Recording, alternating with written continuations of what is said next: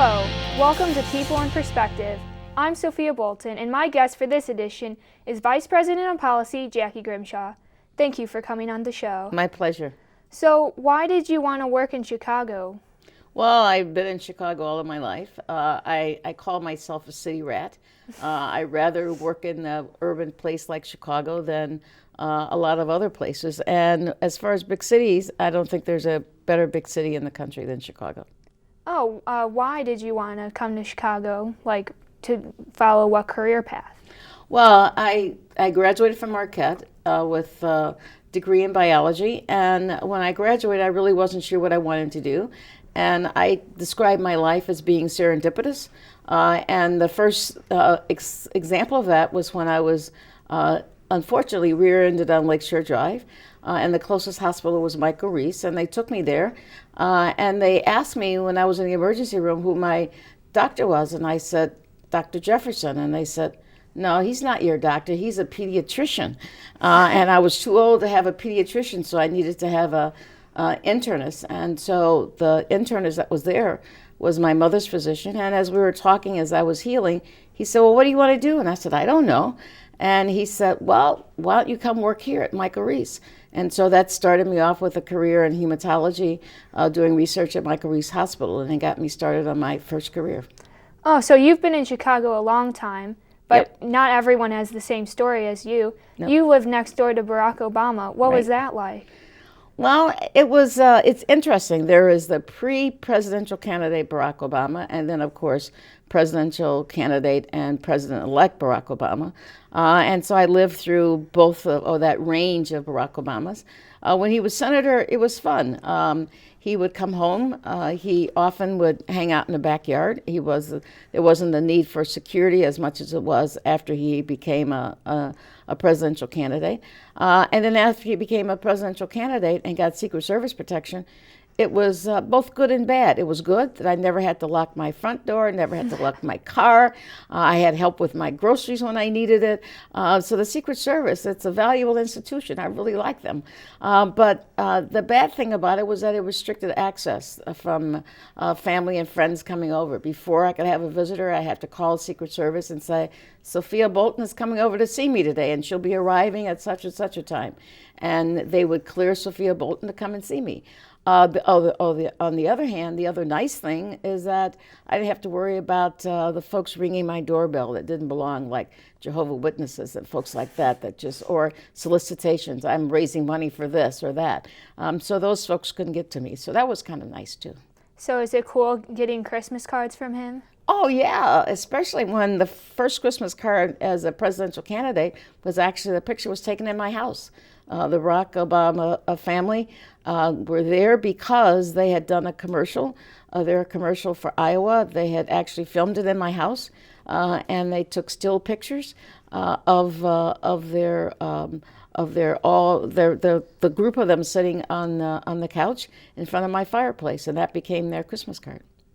So the campaign was fun to work with, seeing him backstage? Well, yeah. I mean, Barack Obama is really an interesting person. People ask me this all the time about Barack. And what I say is that what you see is what you get. Barack is no different as you see him in press conferences or on the campaign trail than it is if you're talking across the backyard fence, which we did often, or on the front porch or wherever. My son and I were recently out in Washington for a reception at the White House for the March on Washington. And as he's talking to folks, he's asking me, he says, hey, Jacky, he said, how's that hip of yours? And I said, huh?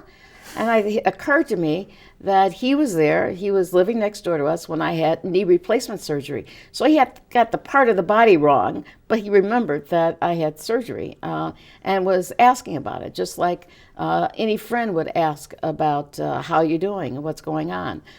So my son actually was with the president in Brooklyn a month or so ago and talking backstage after the event, the president was asking Chris, "Well, how's your dad? How's Bill doing?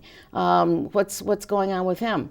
Which again, he didn't have to do. But as the Barack Obama is a very real person and a very outgoing and warm person, and he maintains those relationships with folks that he knew back when.